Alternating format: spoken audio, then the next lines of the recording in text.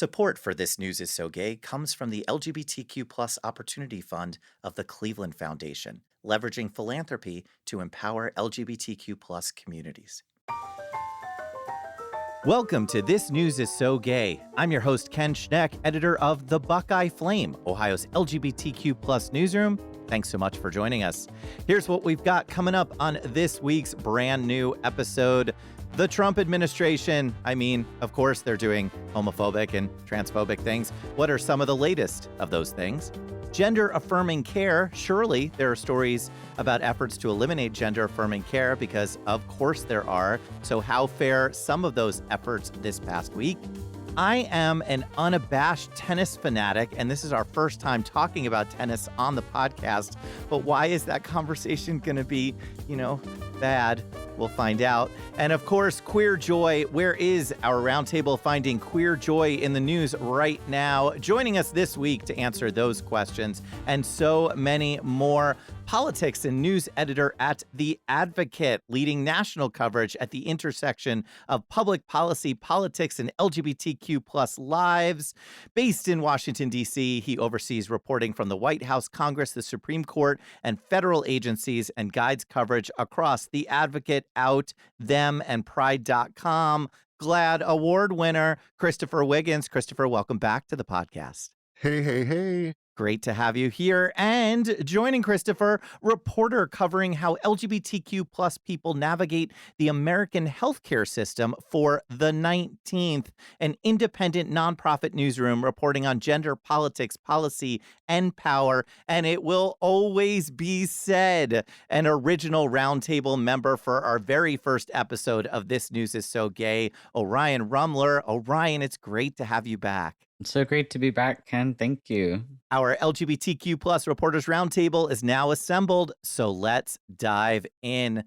Let's start with our unnamed segment. It's never going to have a name. I accept that now. To see how LGBTQ journalists are faring right this very second. Christopher, how you doing? Well, there's always a fire hose of news. Stipulating that, I'm doing pretty well. My tropical plants in the front and back of my house are thriving. The hummingbirds are chasing one another about the yard as this year's kind of young birds begin to fledge. And as I've mentioned before, that's kind of my thing. I think it's generally restorative and just wonderful to be out in nature. Also, I have a throwback. I recently went back to the Gardening Gaze farm. I'm doing all right. I was going to ask, did you get your hoodie? I didn't get my hoodie, but I did order a t-shirt. So the hoodie, I think, is still lost in the mail or in the way, or on the way. Who knows? I need to probably figure that out, but I did get a t-shirt there. Okay, we will break that news when the hoodie arrives. Do it, please. Orion, how are you doing? I'm good. Me and my partner are about to go on vacation with a bunch of friends. It's going to be really nice going to the beach in August. Any particular beach? We won't stalk you, but we want to know where in the country you're escaping to. We're going to be in Provincetown. It's going to be fun. I have never been to Provincetown, so that is, I know. I'm a very bad East Coast gay. I will say that. So, yeah. Please go. It's so worth it. Even just a couple days will feel magical. Very exciting. All right, let's jump into the news. We have to start with the Trump administration and their continued assault on LGBTQ lives. Orion, it has been a year since the Trump administration eliminated the 988 hotline's LGBTQ youth services option. And despite Congress funding to restore this lifeline, it's still not back. Where are we at with that 988 phone number? Right. The Trump administration, and specifically the branch of the Health and Human Services agency that's in charge of 988, they say they're working to bring it back by the end of the year. But that isn't really guaranteed. They haven't shared any more details than that. And both Republican and Democratic lawmakers in Congress have been pushing for the option 3 LGBTQ line of 988 to come back now. They've been pushing for this for months. They've wanted this to return for a while because, like you mentioned, Congress has already approved the funds for this. We can kind of infer why this might be taking so long, why this might be an issue. is because the Substance Abuse and Mental Health Services Administration, part of the HHS in charge of this hotline, they have to bring back an LGBTQ line while still adhering to the Trump administration's executive orders that say trans people don't exist, which is something that the agency alluded to in a letter in response to some Congress people. So between the lines, we can see that they're in kind of a tough spot. They've been ordered to return LGBTQ services, but they're also still trying to comply with an executive order that says trans people aren't real. In your reporting, there was a chart that showed this ridiculous and jaw-dropping drop-off in support calls, which makes sense because they eliminated the option. I have to imagine, even when you were putting that together, you were like, "Oh, man, this doesn't look good." Yeah, because the last full month of specialized LGBTQ service in 988 was June 2025, Pride Month last year. There were over 70,000 texts, calls, crisis outreach. And then after that, it's just like a straight cliff where July kind of petered off. July last year was about 38,000. And then it shut down July 17th last year. So to get a picture of what a high volume they were dealing with, that was 38,000 contacts from July 1st to July 17th last year, like within a couple weeks. A lot of people were reaching out to this resource that no longer exists. Counting on you to update us if it comes back. Christopher, we can't even get through a White House Correspondents' Dinner without homophobia and transphobia. I don't even know this part. Were you there? I was not there, no. And are you happy that you were not there? Because I think Yes. I would be happy. I am very happy that I was not there. I was at the Washington Hilton in the spring when that event got disrupted by a security incident. I wasn't going to the dinner because I don't think we should be normalizing having him at the dinner, but I was in the same hotel because I was invited to some events that were surrounding the dinner at media events. But no, I chose not to go, and I'm glad because I couldn't have kept a straight face. Yeah. So for folks who didn't read about it, what went down at the dinner? And is it at all surprising? It's not surprising at all. It was essentially a Trump rally transported into the ballroom of a former Trump hotel, rather than the Washington Hilton, where the original dinner, took place in the spring. Trump, I don't know, he gave this ridiculously crude and just unfunny speech that lasted more than an hour. He made an insinuation about Anderson Cooper's sexuality. He repeated his usual attack on Don Lemon. He told Caitlin Collins to smile and then tried to demean her by comparing her to Dylan Mulvaney, the transgender actress. He revived the false idea that Mulvaney appeared in some disastrous Bud Light commercial, which was not the case. There was no commercial. She was never placed on cans sold to the public. 3 years ago, the company sent her one personalized commemorative can for a social media promotion, and that was it. Then Trump extended the attack over the weekend by posting an AI altered image with Collins's face and on Mulvaney's body. And what struck me was that he was using this trans woman's identity as an insult against another woman. So it was like a combination of transphobia and misogyny in the ugliest of ways. But Dylan, she got the last word. She congratulated Collins, said that she was honored by the comparison, and joked that she might be the one that got away, considering how frequently these Republican men and Trump talk about her. So that was what happened. It was not surprising. There was a lot of conversation had about whether it should be normalized to have the president, particularly as he attacks the journalists in the same room that he's apparently being honored in, whether having him there is normal. And I'm of the opinion that no, it's not. I think a lot of journalists were seen kind of yucking it up with some of the worst in the Trump administration. And, it's clear to me why the public really doesn't think that journalism is a serious profession anymore when they see images of that. And granted, there could have been serious conversations going on, but still, I don't think it's a good look to be a journalist in a room with a bunch of people who don't want to protect journalism, who are actively attacking the profession. By the way, I missed the detail that he spoke for over an hour. I would have lost it. There's no way I could have sat through 6 minutes, much less an hour. Everyone was trapped. He had the people. I was watching it from my couch and watching it on C-SPAN, and I couldn't believe what I was seeing. And then I saw cutaway shots with faces of a bunch of these reporters and anchors and journalists that I know, and people looked like they were being held hostage. And I'm sure that's what it felt like. More on that to come. Well, let's pivot and talk about gender affirming care because we have to. There's so much going on. I'm not sure there will ever be a show that we don't have stories on gender affirming care and specifically the assault against gender affirming care. So let's see what we have for this week. Orion, you published a piece about the alphabet soup of efforts to restrict gender affirming care. And folks should check that out because it's just this wonderful glossary that we all passed around to our newsroom. So thank you for that. And my question to you is more just from the journalist side. What is it like for you as a journalist to put that together?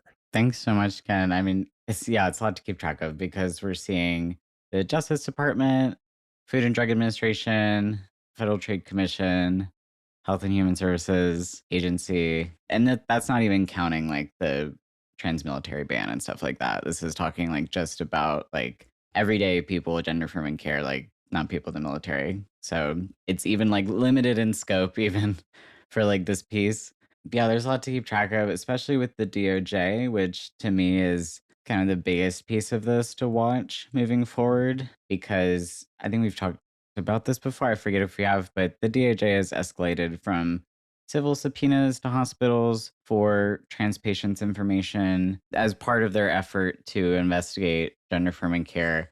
They're now sending subpoenas related to a federal criminal investigation to hospitals, which is like seeking more patient data.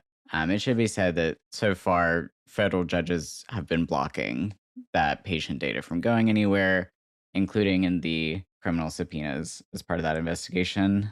Yeah, the process of going through all of this, like I just spent a lot of time like on the Federal Register, like which is where the US government like blogs about what it's doing basically and what it wants to do.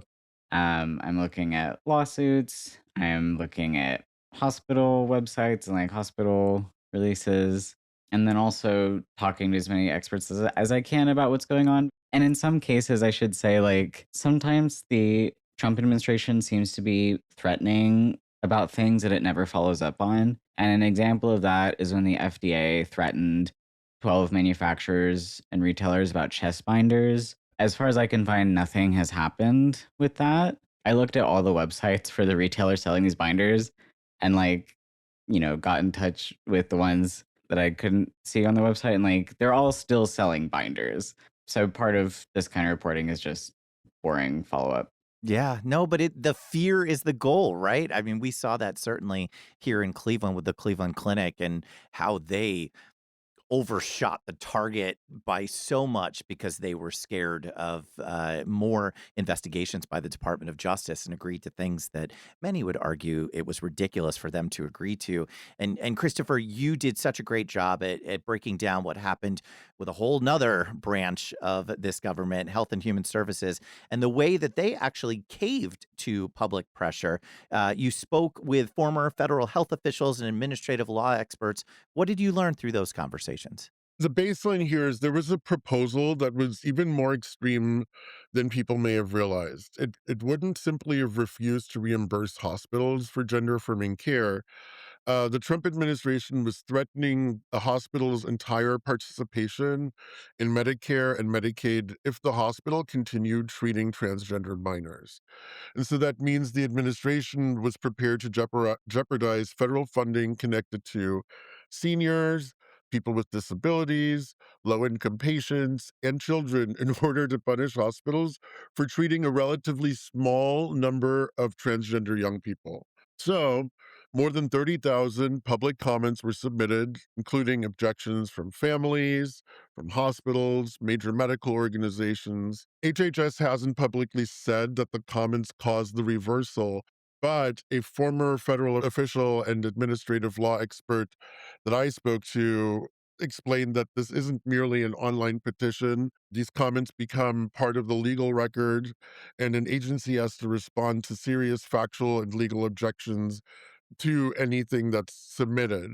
And if they ignore this evidence, a court can eventually strike the regulation down. So it's also relatively unusual for an agency to go through the work of proposing a rule and then abandoning it completely, which does suggest that HHS may have concluded that this would have been extremely difficult to defend. But I would just call it a tactical retreat, not a change of heart, because a separate proposal targeting Medicaid and CHIP, which is the Children's Health Insurance Program, the tax on that coverage remains alive. And some hospitals have already stopped providing this care anyways, which is a whole nother story. But it is a reminder that public comments, organizing, and sustained pressure do make a difference, because that's one thing that former HHS officials and one general counsel from the government who I spoke to said is that although this administration isn't inclined to follow the law, its agencies and the procedures and the way that the federal government just is set up to work that allows for plans like this to kind of be scrapped if the public pushes back hard enough. I'm sure more updates to gender affirming care and the attacks on gender affirming care coming up in upcoming weeks. Well, a couple more stories that caught my eye, and they have nothing to do with each other, except they're both things that I love. Orion, tread very carefully with how we're going to approach this topic, because Oh, okay. tennis is my life. I grew up on the tennis court. I've been teaching tennis since I was 14. I Wow. follow I follow women's professional tennis. I mean, religiously. I know who won the most random tournaments this past weekend, so it's a big deal.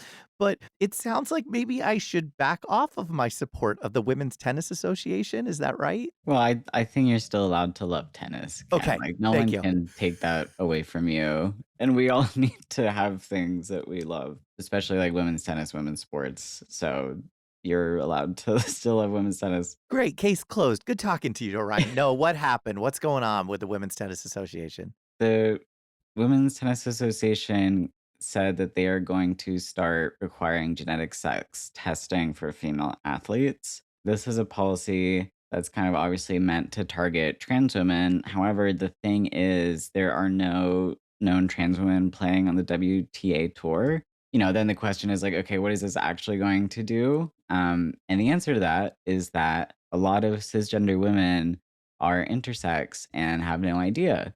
And this genetic sex testing rule is probably going to affect cis women who are intersex.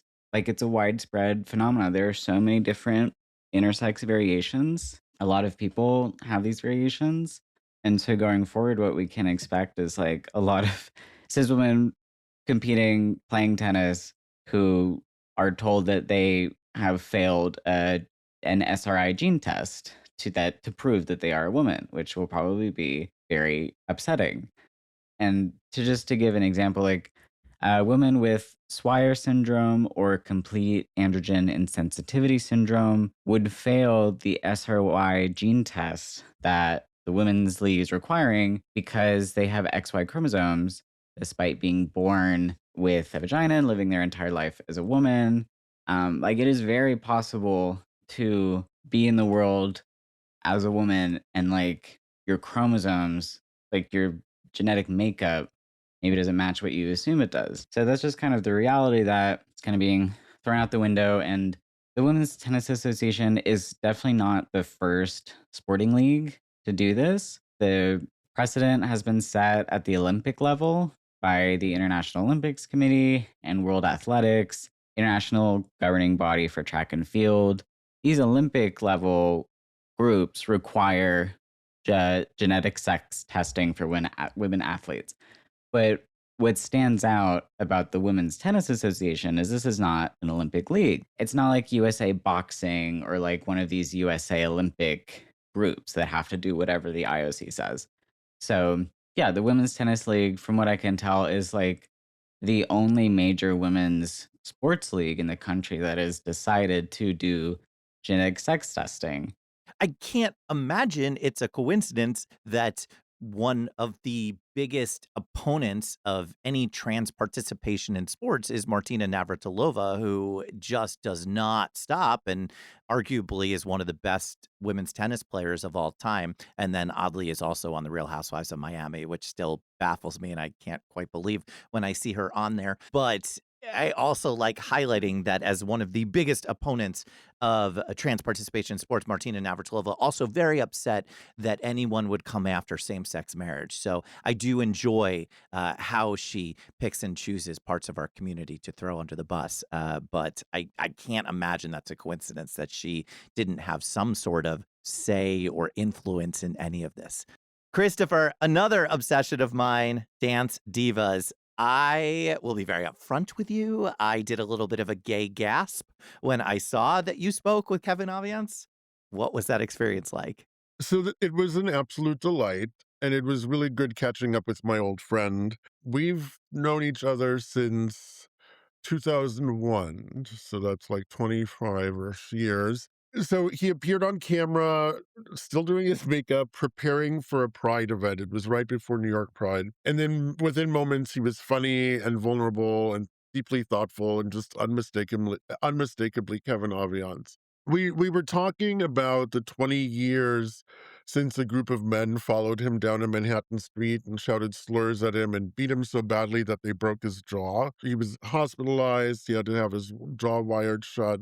And at the time, he had said that you can't keep a good queen down.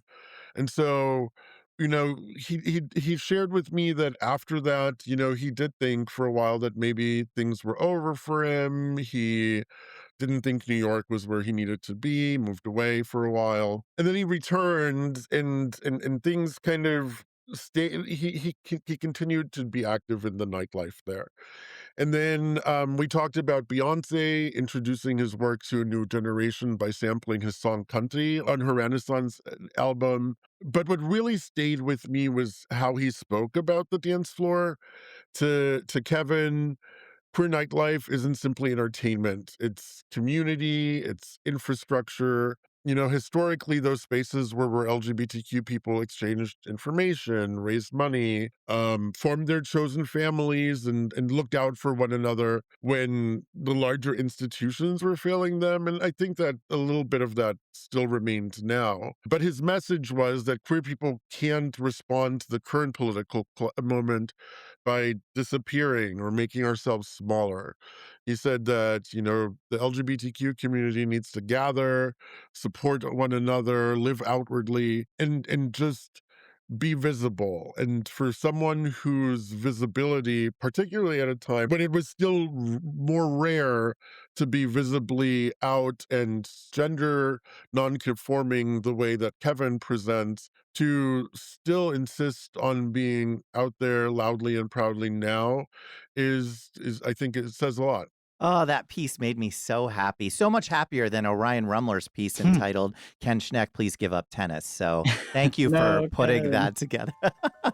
You all are listening to This News is So Gay. I'm your host, Ken Schneck from the Buckeye Flame. Joining me this week, Orion Rummler from the 19th and Christopher Wiggins from The Advocate. By the by, if you are not subscribed to This News is So Gay, I am questioning all of your choices. Subscribe to This News is So Gay right this very second on your favorite podcasting app so that new episodes automatically make their way to you. Well, it is time, folks. It is time for Glitter Bomb. This is where our roundtable shares stories of queer joy that they are seeing covered out there in the news. So let's set off a glitter bomb.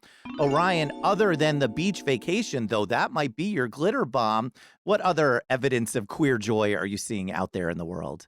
Well, I really enjoyed the new Odyssey movie by Christopher Nolan, and I really enjoyed seeing Elliot Page in the movie as the Greek soldier sign on.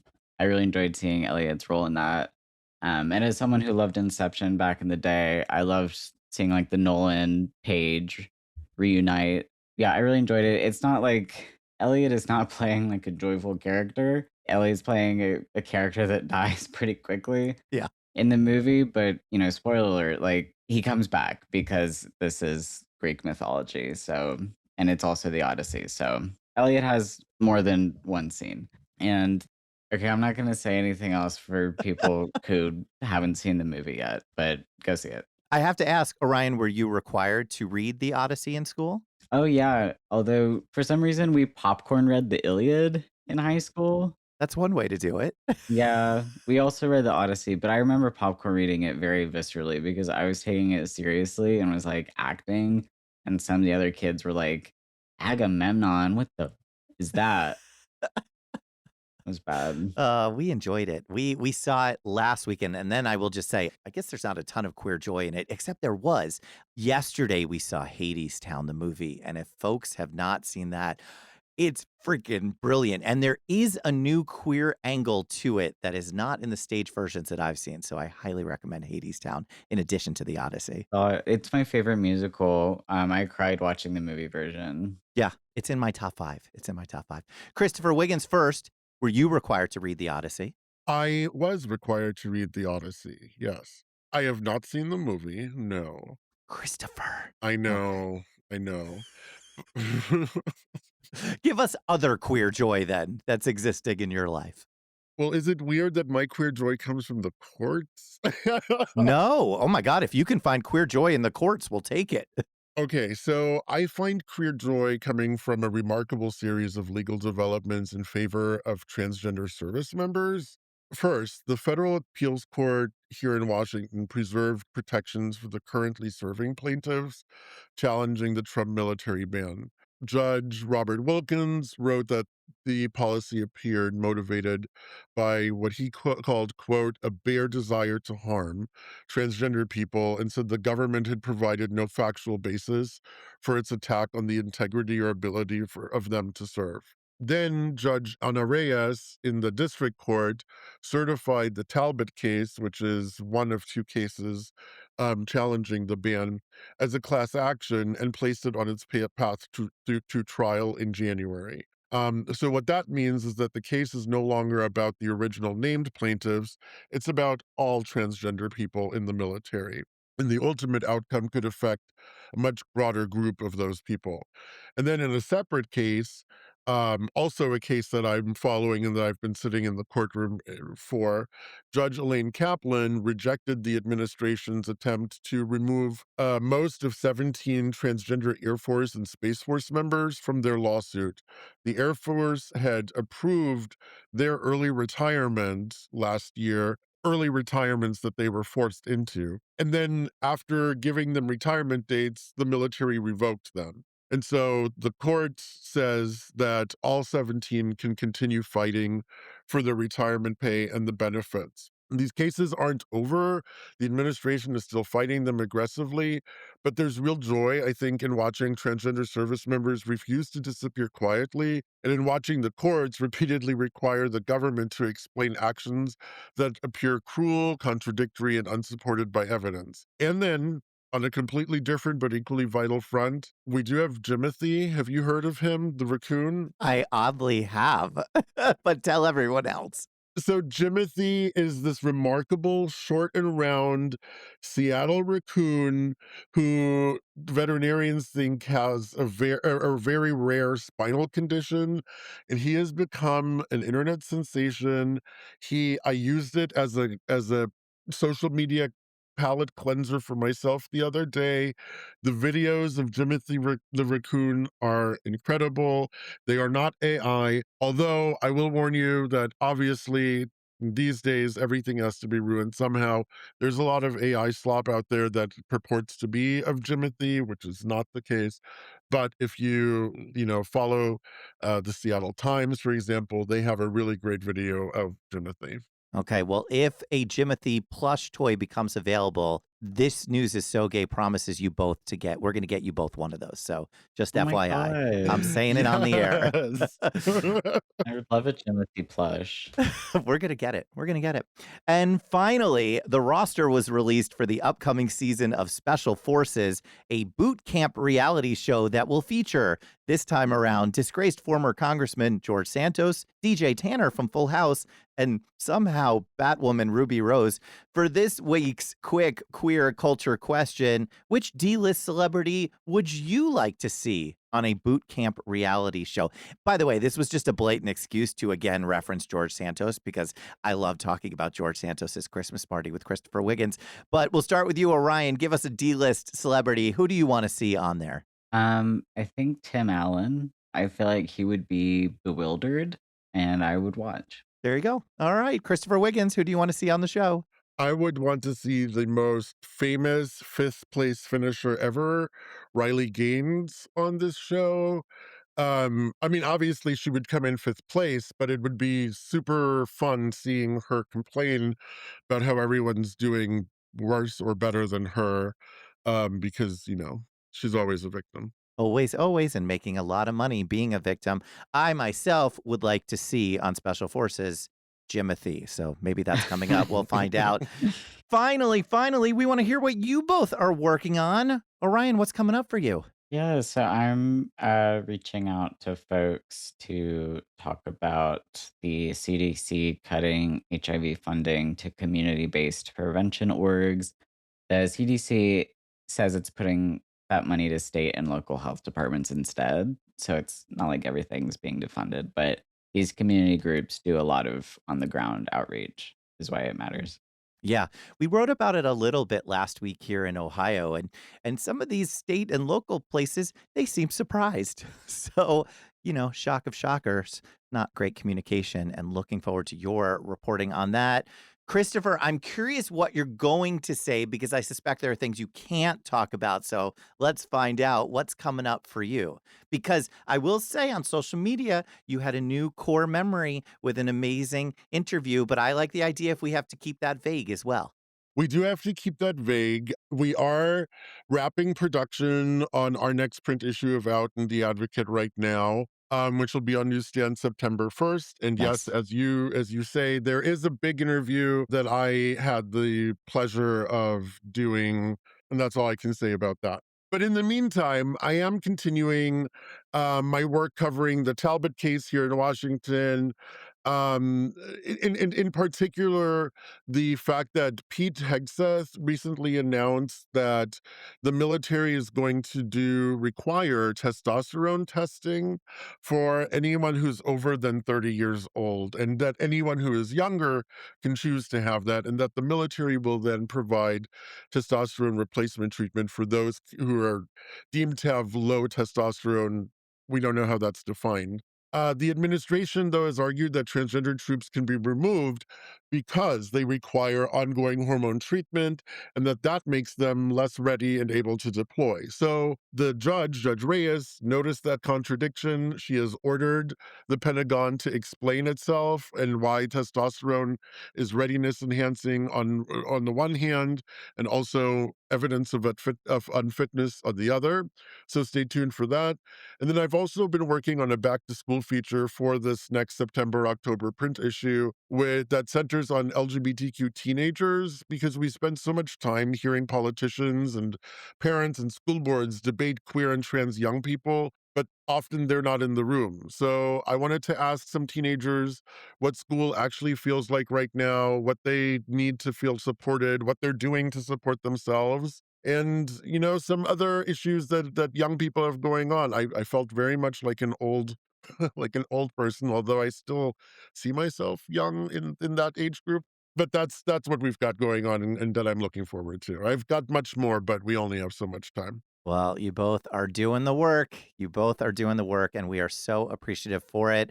Orion Rummler, have please the best vacation ever. Oh, we absolutely will. My partner, he kind of organizes it. We get like 15 friends and like one big gay house. So it's a lot of fun. On a next episode, let me know how I can get 15 friends, because that's something to work on. So have the best time. Christopher Wiggins, always, always a pleasure. Please keep doing what you're doing.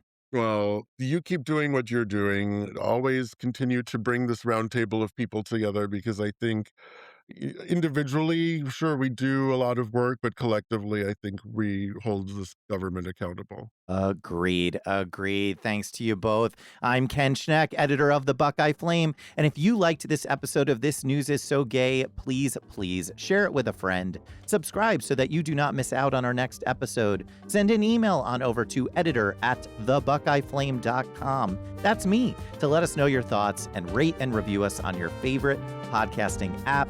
This News is So Gay is a product of the Buckeye Flame, a nonprofit newsroom. Become a recurring donor today for as little as $12.50 a month. We call those Fireflies, which truly enables programming like This News is So Gay from a scrappy queer nonprofit newsroom like the Buckeye Flame.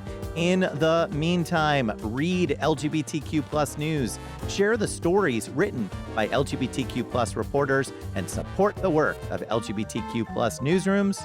Until next week, friends.